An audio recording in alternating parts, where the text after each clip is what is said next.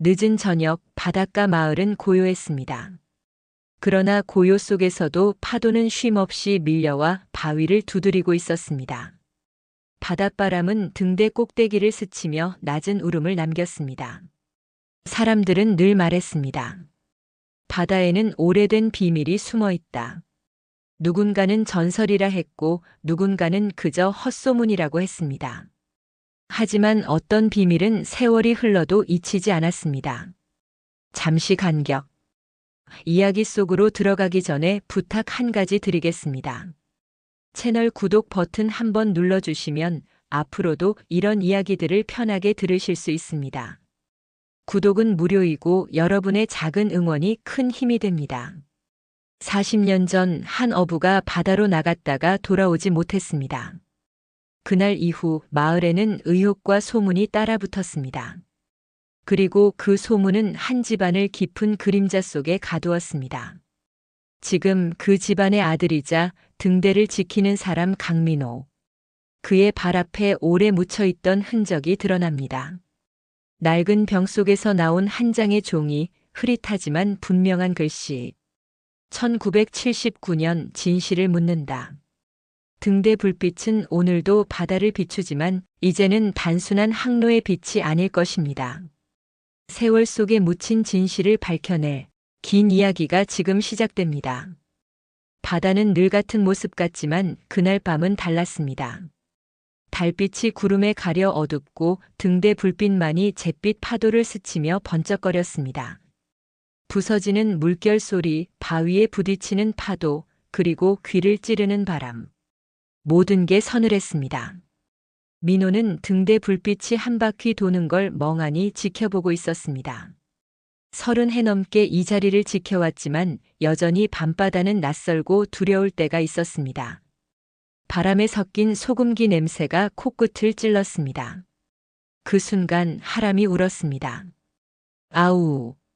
골드 리트리버의 낮고 긴 울음이 절벽 끝에서 메아리 쳤습니다. 민호는 깜짝 놀라 하람을 바라봤습니다.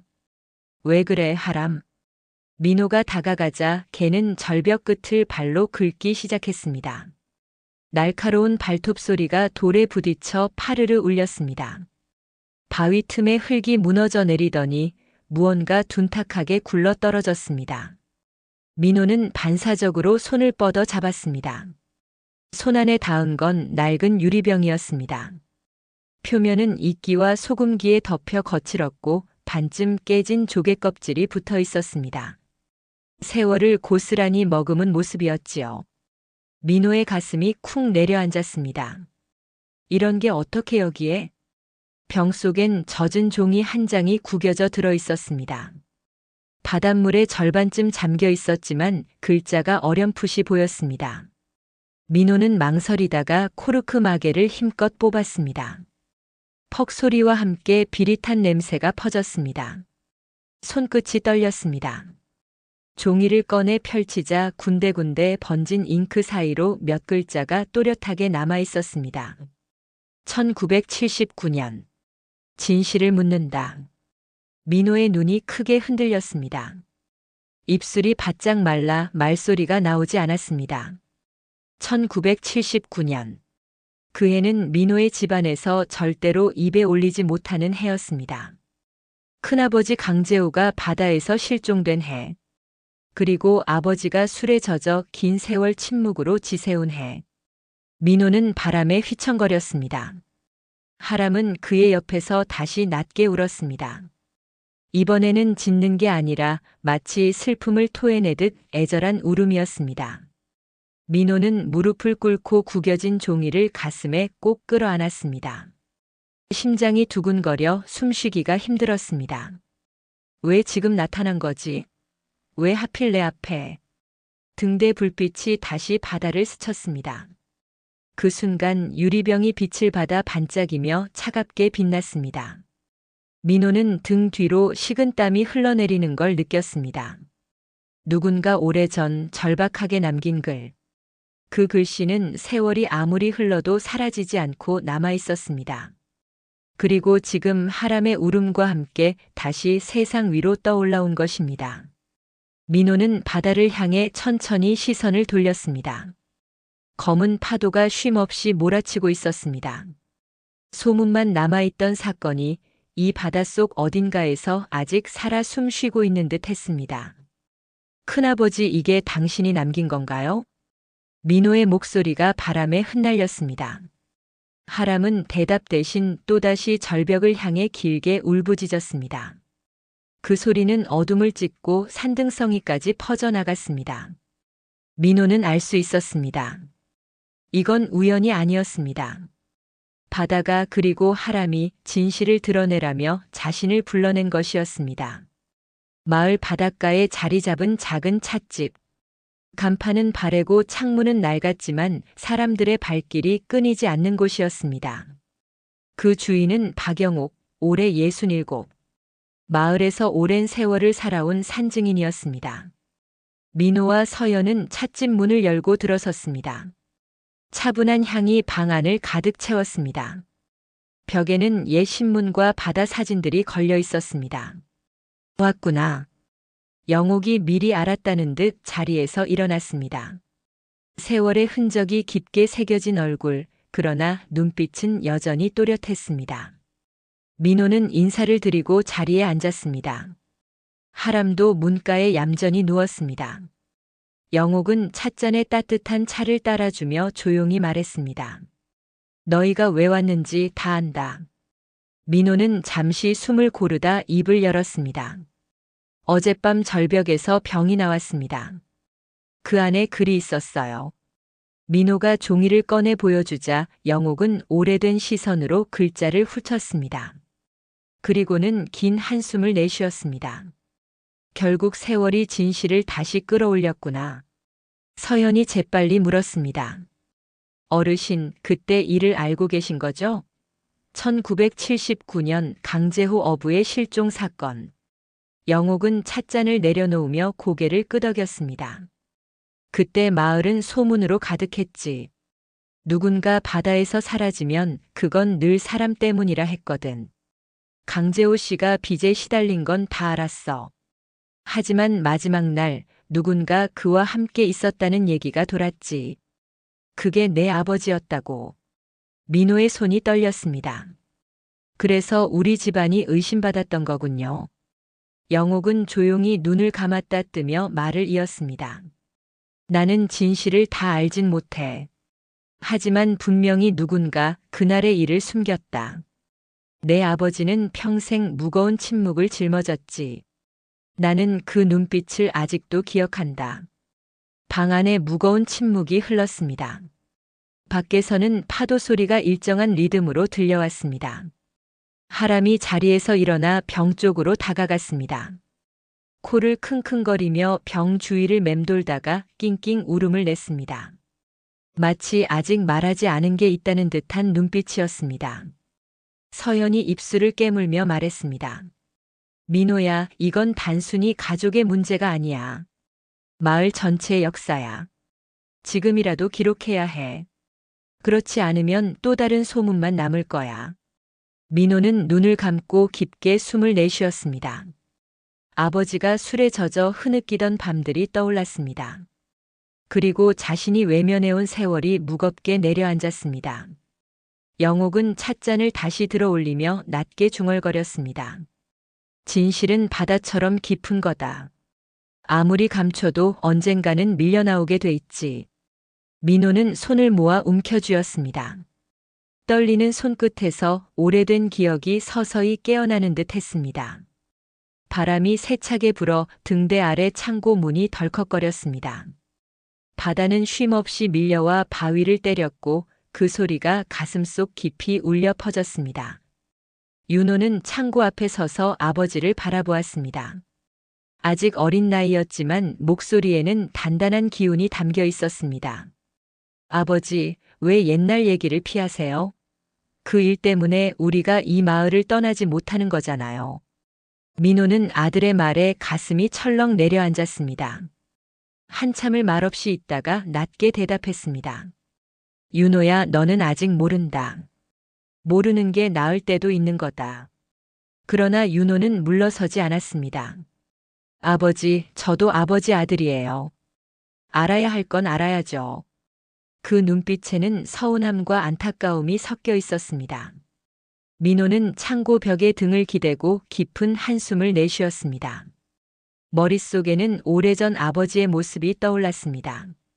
침묵으로만 살아가던 아버지, 그리고 그 침묵 뒤에서 사람들의 수군거림을 감당해야 했던 세월. 하람이 곁에서 낮게 울었습니다. 민호는 무심코 개의 머리를 쓰다듬었습니다. 따뜻한 체온이 손끝에 전해졌지만 가슴 속 무거움은 사라지지 않았습니다. 윤호는 다시 조용히 물었습니다. 아버지, 언제까지 이렇게 숨기실 건가요? 민호는 눈을 감았습니다. 바람 소리와 파도 소리가 귓가를 스치며 오래된 비밀을 몰아세우는 듯 했습니다. 그 순간 민호는 깨달았습니다. 이제는 더 이상 도망칠 수 없다는 것을. 밤바다는 여전히 깊었습니다. 등대 꼭대기에서 돌고 있는 불빛은 어둠을 뚫어내며 바다 위를 천천히 훑고 있었지요. 민호는 방 안작은 테이블 앞에 앉아 종이를 한참 동안 내려다보고 있었습니다. 짧은 문장, 단 4글자 1979년 진실을 묻는다. 그 문장이 그의 마음속을 파도처럼 휘젓고 있었습니다. 아버지.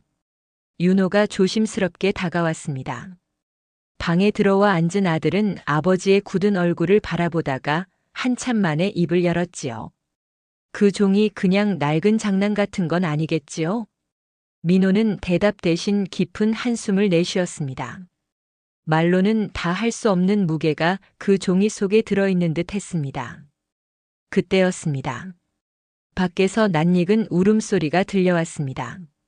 왈왈. 하람이었습니다. 민호는 자리에서 일어나 급히 문을 열었습니다. 찬 바람이 얼굴을 스쳤고 달빛 아래 서 있던 하람은 절벽 근처를 맴돌며 흙을 파내고 있었습니다. 하람아, 거기서 뭐 하는 거냐?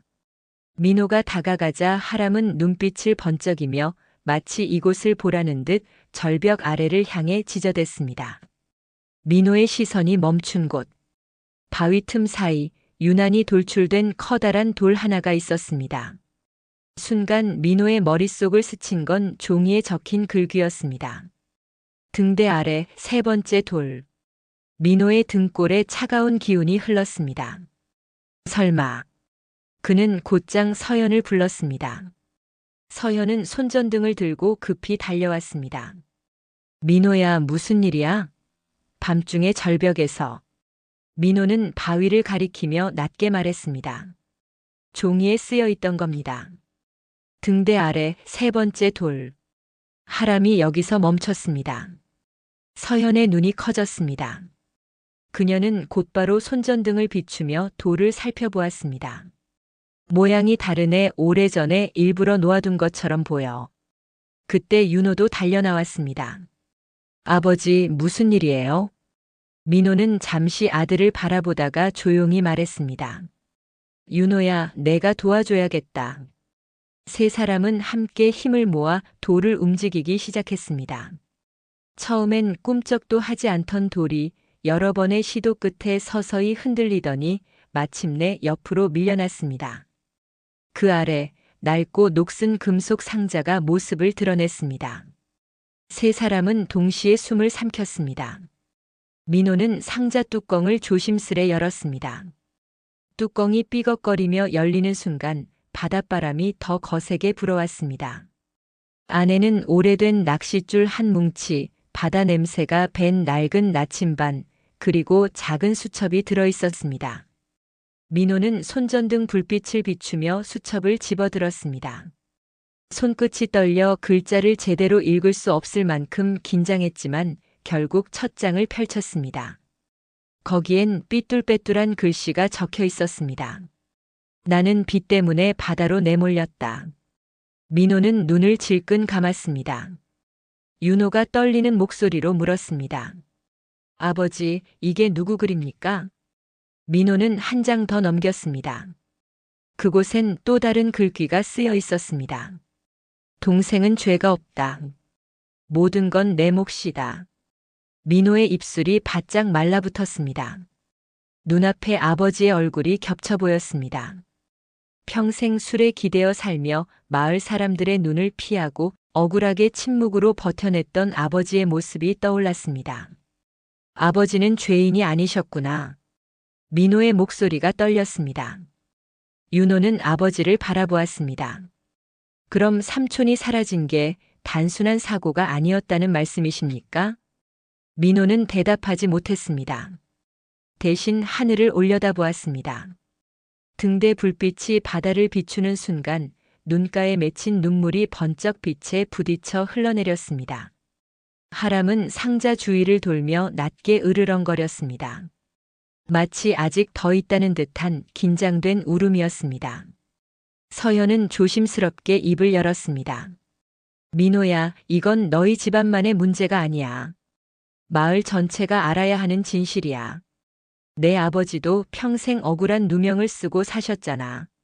민호는 손에 든 수첩을 조심스레 닫았습니다. 그리고 가슴께에 꼭 안았습니다. 입술 사이로 겨우 한마디가 흘러나왔습니다. 우리가 어디까지 가야 하는 걸까요? 윤호는 깊게 숨을 들이쉬며 아버지를 똑바로 보았습니다. 끝까지 가야지요.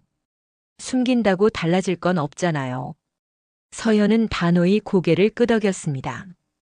그래. 이제 숨길 이유가 없어. 이건 역사의 기록이야. 민호는 깊은 숨을 들이쉬었습니다. 마침내 그의 목소리에는 결의가 담겼습니다. 그래, 더 이상 도망치지 않겠습니다. 등대 불빛이 어둠을 밝혀내듯 이제 우리도 진실을 밝혀야 할 때입니다. 밤하늘은 여전히 어두웠지만 세 사람의 얼굴에는 조금씩 희미한 빛이 비치기 시작했습니다. 그리고 등대는 묵묵히 빛을 돌리며 그들의 결심을 지켜보고 있었습니다. 밤이 지나고 바닷가 마을에는 잔잔한 새벽 안개가 깔렸습니다. 등대는 여전히 고요히 빛을 돌리고 있었지만 민호의 마음속은 전혀 고요하지 않았습니다. 밤새도록 껴안고 있던 작은 수첩이 그의 손 안에서 아직도 묵직하게 눌려오는 듯 했습니다. 그 속에 적힌 글귀 하나하나는 단순한 기록이 아니라 가족의 억울한 역사였으니까요. 아침 햇살이 창문을 비출 즈음 서연이 다시 찾아왔습니다. 그녀는 피곤한 기색이 역력했지만 눈빛만큼은 또렷했습니다. 민호야, 그 수첩 이제는 읽어야 해. 혼자만 알고 있으면 안 돼. 민호는 망설이며 대답했습니다. 그 안에 뭐가 더 적혀 있는지 사실 나도 두렵습니다. 읽는 순간 아버지가 평생 짊어진 짐이 우리 어깨로 온전히 옮겨질 테니까요. 윤호도 방에서 나와 아버지 옆에 앉았습니다. 아들은 전날 밤보다 더 단단한 표정이었습니다. 아버지, 이미 시작했잖아요. 돌을 옮기고 상자를 열고 수첩을 발견한 순간부터 우리는 멈출 수 없는 길에 들어선 겁니다. 민호는 눈을 감았다가 뜨며 수첩을 조심스레 펼쳤습니다. 서연이 작은 목소리로 읽어내려갔습니다. 1979년 3월 17일. 나는 오늘 또 바다로 나간다. 배를 팔아 빚을 갚으라는 독촉이 계속 이어진다. 아이들 얼굴이 떠오른다. 하지만 바다를 떠나면 빚쟁이들이 가족을 더 괴롭힐 게 뻔하다. 민호의 손끝이 떨렸습니다. 서연은 잠시 숨을 고르더니 다시 글을 이어 읽었습니다. 내 동생은 아무 잘못이 없다. 그는 오히려 나를 지켜주려 했다. 하지만 사람들은 언젠가 동생을 의심할 것이다. 내가 진실을 기록으로 남기는 이유는 억울함을 막기 위해서다. 방 안 공기가 한순간 얼어붙은 듯 고요해졌습니다. 윤호가 낮게 속삭였습니다. 아버지 말씀이 맞으셨네요. 할아버지는 죄인이 아니셨어요. 민호의 눈가에 눈물이 맺혔습니다. 그래, 평생 술에 기대어 살았던 이유가 바로 이거였구나. 아버지는 죄인이 아니라 죄를 대신 짊어진 분이셨던 거야. 하람은 민호 옆에 다가와 그의 무릎에 턱을 올렸습니다. 마치 이제 알았느냐는 듯 충직한 눈빛으로 민호를 올려다보았습니다. 서연은 다시 수첩을 들여다봤습니다. 여기 마지막 장이 있어. 그녀는 목소리를 낮추어 또박또박 읽었습니다. 만약 누군가 이 글을 발견한다면 부탁한다. 내 이름이 어떻게 기억되든 상관없다. 하지만 내 동생만은 억울하게 만들지 말아달라. 그리고 이 마을 사람들도 용서해 주길 바란다. 그들도 사는 게 힘들어 진실을 외면했을 뿐이다. 민호는 두 손으로 얼굴을 감싸쥐었습니다. 눈물과 한숨이 뒤섞여 나왔습니다. 윤호는 아버지의 어깨를 붙잡으며 말했습니다. 아버지, 이제는 우리가 해야 합니다. 숨겨진 진실을 세상에 알려서 할아버지를 그리고 삼촌을 제대로 기억하게 해야 합니다. 민호는 고개를 천천히 끄덕였습니다. 그는 마침내 결심한 듯 눈을 들어 서현을 바라보았습니다. 서현아, 이 기록을 내 신문에 실어줄 수 있겠니? 서현은 굳은 표정으로 고개를 끄덕였습니다. 그래. 이건 단순히 한 집안의 문제가 아니야. 마을의 역사이자 우리 세대가 바로 잡아야 할 기록이야. 나는 기자로서 진실을 밝히는 게 의무라고 생각해. 민호는 두 주먹을 꼭 쥐었습니다. 등대 밖에서 파도가 부딪히는 소리가 더 크게 들려왔습니다. 그 소리는 마치 세월의 억울함이 터져나오는 울음 같았습니다. 잠시 후 윤호가 조용히 말했습니다. 아버지, 전 이제 두렵지 않습니다. 진실을 마주한 게 무섭기도 하지만 적어도 우리 가족이 더 이상 고개 숙이고 살 필요는 없잖아요. 민호는 아들을 바라보며 흐릿하게 미소 지었습니다. 그래, 내 말이 맞다. 이제는 등대 불빛처럼 어둠을 가리지 않고 환히 비추어야 할 때다. 그 순간 창문 너머로 등대 불빛이 방 안을 환하게 스쳤습니다. 세 사람의 얼굴이 그 빛 속에 선명하게 드러났습니다. 그리고 그 빛은 마치 오래된 어둠을 몰아내듯 한동안 방 안을 머물렀습니다. 늦은 오후 등대 창문 너머로 붉은 노을이 바다 위에 길게 번지고 있었습니다. 민호는 작은 수첩을 손에 쥔 채 깊은 생각에 잠겨 있었습니다. 수첩은 이제 단순한 유물이 아니라 가족의 억울함과 마을의 침묵을 깨트릴 열쇠였지요. 방 안에는 윤호와 서연이 함께 앉아 있었습니다. 세 사람 사이에는 무겁고도 뜨거운 긴장감이 흘렀습니다. 먼저 입을 연 건 윤호였습니다. 아버지, 이제는 감추면 안 됩니다. 이 기록을 공개해야 우리 집안이 할아버지가 억울함에서 벗어나실 수 있어요. 민호는 아들을 바라보며 낮게 대답했습니다. 윤호야, 너는 아직 어려서 모른다. 진실을 드러낸다는 게 단순히 신문에 글을 싣는 일만은 아니다.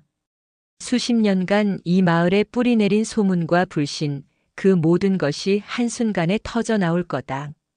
서현이 조용히 고개를 끄덕이며 말을 이었습니다. 민호 말이 맞아. 하지만 그렇다고 침묵하면 아무것도 바뀌지 않아. 내 아버지가 평생 술에 의지하며 사셨던 이유가 바로 그 침묵 때문이잖아. 내가 같은 길을 걷길 원하니? 민호는 손으로 얼굴을 감싸쥐었습니다. 아버지의 굽은 어깨, 술에 젖은 눈빛, 그리고 마을 사람들의 싸늘한 시선이 머릿속에 떠올랐습니다. 그 고통이 다시 아들에게 이어질까 두려웠던 겁니다. 나는 아버지를 지켜드리지 못했어. 그리고 내게도 같은 상처를 남기고 싶지 않구나. 윤호가 단호한 목소리로 대꾸했습니다. 아버지, 상처는 이미 받았습니다. 친구들에게 강씨 집안은 불길하다는 말을 듣지 않은 날이 없었어요. 제가 아무리 열심히 해도 이름 하나 때문에 기회조차 얻지 못했습니다. 그런데 이제 진실을 밝혀낼 수 있다면 저는 기꺼이 선택하겠습니다. 민호의 가슴이 철렁 내려앉았습니다. 아들이 이렇게까지 단단한 목소리로 말하는 건 처음이었지요. 그때 하람이 조용히 다가와 민호의 발밑에 앉았습니다. 충직한 눈빛으로 민호를 올려다보며 마치 결정을 망설이지 말라는 듯 고개를 갸웃거렸습니다. 민호는 눈을 감았다 떴습니다. 바닷바람이 창문 틈으로 스며들며 방 안의 긴장을 식히는 듯 했습니다. 그는 조용히 말했습니다. 서연아, 만약 이걸 내 신문에 실으면 어떤 일이 벌어질까?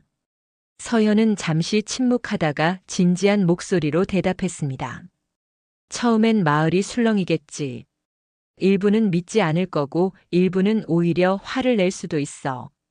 하지만 시간이 지나면 기록은 기록으로 남는다. 사람들은 결국 진실을 받아들이게 될 거야. 민호는 고개를 끄덕였습니다. 내 말대로라면 우리 가족은 드디어 억울함에서 벗어날 수 있겠구나. 서연은 민호를 똑바로 바라보며 말했습니다. 그뿐만이 아니야.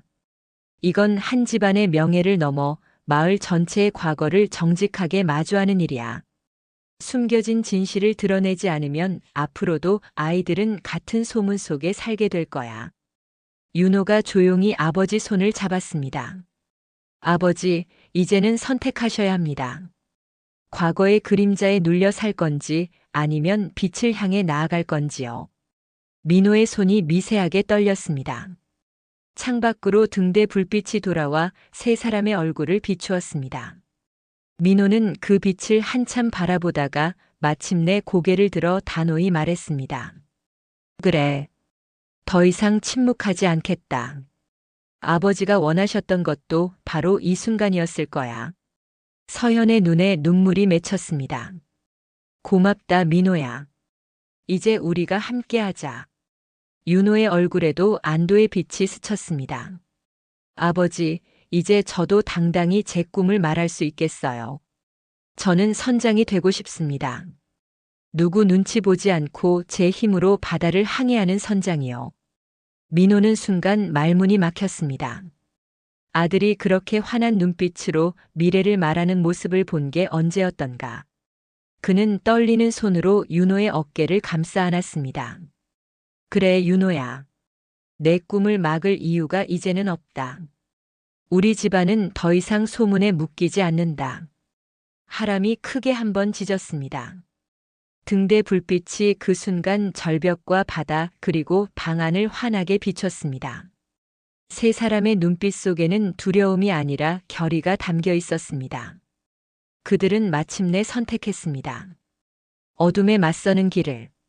며칠 뒤 마을은 이른 아침부터 술렁였습니다. 지역 신문 일면에 커다란 제목이 실렸기 때문입니다. 1979년 실종 어부의 기록 발견 억울한 누명 벗다. 신문사 문 앞에는 기사 내용을 확인하려는 사람들로 북적였고 찻집에서도 사람들은 신문을 돌려가며 읽었습니다. 박영옥 할머니는 신문을 손에 꼭 쥐고 눈시울을 붉혔습니다. 재호 씨가 드디어 오해에서 벗어났구나. 민호는 등대 앞에 서서 바다를 바라보고 있었습니다. 그 옆에는 윤호와 서현 그리고 하람이 함께 서 있었습니다. 바다는 여전히 거칠었지만 오늘따라 파도의 소리가 한결 다르게 들렸습니다. 숨겨진 진실이 드디어 드러났다는 안도감 때문이었지요. 마을 사람들은 하나둘씩 등대 앞으로 모여들었습니다. 누군가는 고개를 숙이고 누군가는 눈물을 훔쳤습니다. 수십 년간 이어져 온 의혹과 소문이 무너지고 억울하게 누명을 쓴 사람의 명예가 회복되는 순간이었으니까요. 영옥 할머니가 민호에게 다가와 말했습니다. 민호야, 내 아버지가 오늘을 보셨다면 얼마나 기뻐하셨을까. 그분이 평생 지켜낸 침묵이 결국 이렇게 빛을 보게 된 거지. 민호는 고개를 떨구며 대답했습니다. 아버지는 늘 괴로워하셨습니다. 그 침묵이 가족을 더 힘들게 했지만 오늘만큼은 그 침묵조차 의미가 있었다는 걸 알 것 같습니다. 윤호가 고개를 들어 당당히 말했습니다. 이제 우리 집은 더 이상 고개 숙이지 않겠습니다. 저도 제 꿈을 향해 나아가겠습니다. 누구의 아들이 아니라 제 이름으로 불릴 수 있도록요. 사람들의 시선이 윤호에게 향했습니다. 소년의 눈빛은 등대 불빛처럼 또렷했고 그 당당한 목소리는 바닷바람에 실려 멀리까지 퍼져나갔습니다. 서현은 옆에서 미소 지었습니다. 이제는 숨길 게 없어. 민호야, 너도 윤호도 그리고 내 아버지도 모두 자유로워진 거야. 민호는 깊은 숨을 들이쉬었습니다.